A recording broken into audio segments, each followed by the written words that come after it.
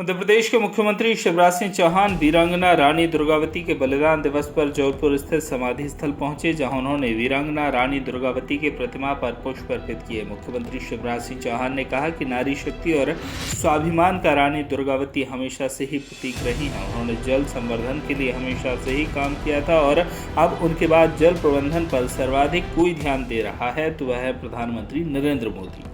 मुख्यमंत्री शिवराज सिंह चौहान ने जौनपुर में रानी दुर्गावती के नाम पर बड़ा ऐलान भी किया। उन्होंने कहा कि वीरांगना रानी दुर्गावती की शौर्य गाथा पाठ्यक्रम में शामिल होगी और उनकी वीर गाथा को रानी दुर्गावती का पाठ के नाम से बच्चों को पढ़ाया जाएगा। इसके साथ ही शिवराज सिंह चौहान ने कहा कि भारतीय जनता पार्टी हमेशा से ही जनजाति नायकों को सम्मान देती आ रही है।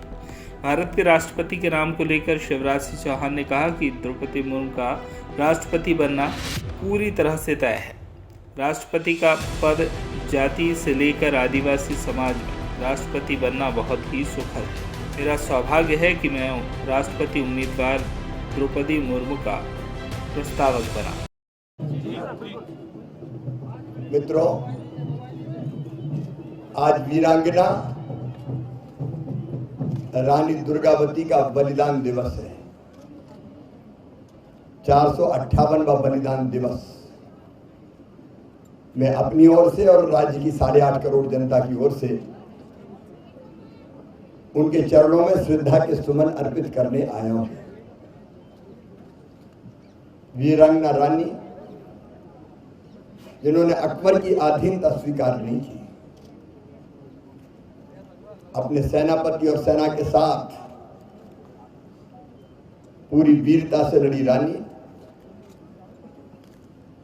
और अंत में जब तीर गले में आके लगा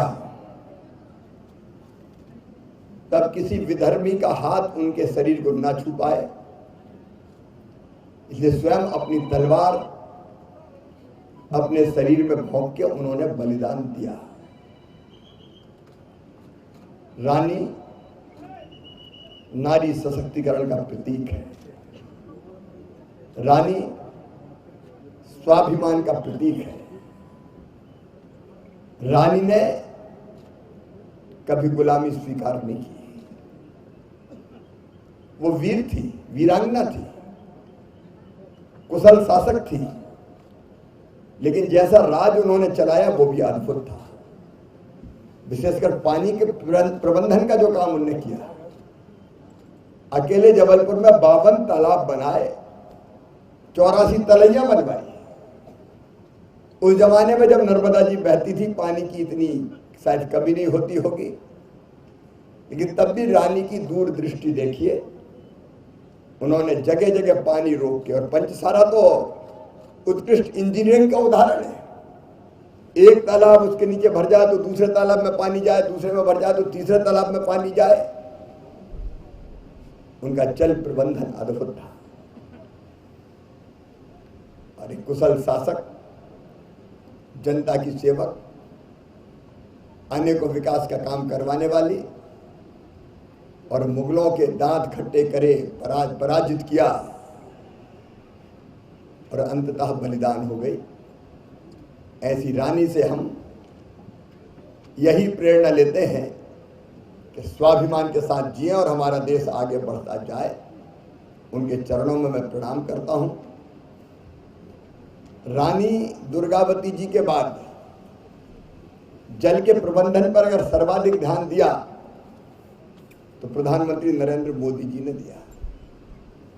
अभी तय किया कि हर जिले में आजादी के 75वें वर्ष में एक जिले में 75 तालाब बनना चाहिए, अमृत सरोवर।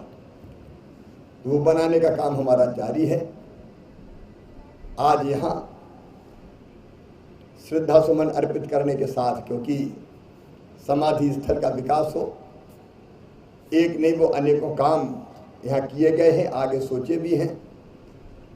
रानी ताल जैसे जो सरोवर रानी ने बनवाए थे, उनका जीर्णोद्धार, सौंदर्यीकरण, उसका काम भी किया जा रहा है।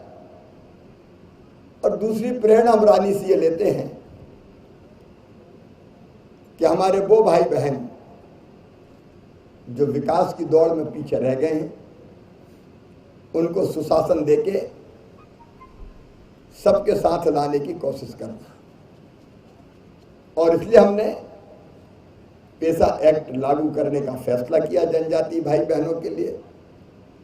हमने सामुदायिक वन प्रबंधन का अधिकार देने का काम किया, वो शुरू है हमारा।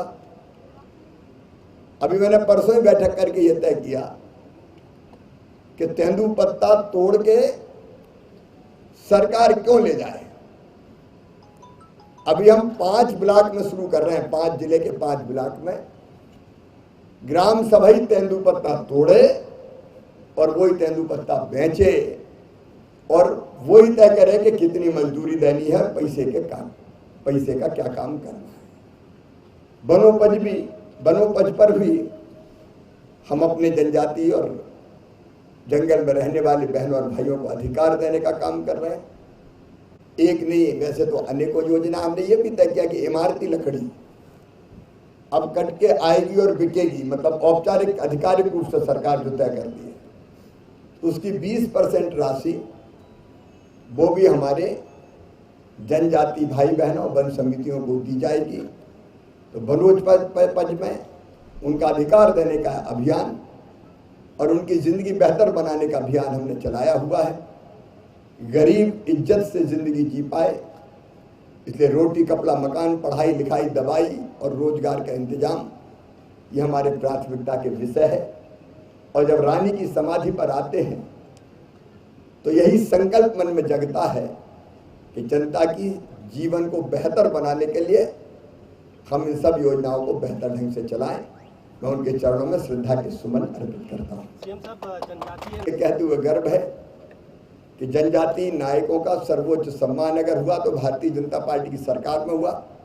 रानी दुर्गावती जी की समाधि हो, चाहे रघुनाथ साह, शंकर साह की प्रतिमा लगाने का काम हो, स्मारक बनाने का काम हो, बिरसा भगवान के जन्मदिन पर जनजातीय गौरव दिवस मनाना हो, टंट्या भील, खज्जा नायक उनके स्मारक बनाने का काम हो, सदैव हमने आगे बढ़ के इस काम को किया है और रानी का पाठ जरूर पाठ्यक्रम में पढ़ाया जाए। और दिल्ली से इसलिए आ रहा हूं कि द्रौपदी मुर्मू, श्रीमती द्रौपदी मुर्मू जी जो आदिवासी समाज से ही आती हैं, हालांकि ये बात सच है कि राष्ट्रपति पद पर होता है, लेकिन एक ऐसी शिक्षिका जिन्होंने जब उनको राज्यपाल की पेंशन मिली तो बच्चों को स्कूल बनवा दिया। पहले शिक्षिका थी, फिर पार्षद बनी, फिर विधायक बनी, फिर मंत्री बनी, फिर गवर्नर बनी और हर एक जिम्मेदारी उन्होंने बड़ी प्रामाणिकता के साथ संभालकर अपनी दक्षता और अपनी क्षमता सिद्ध की।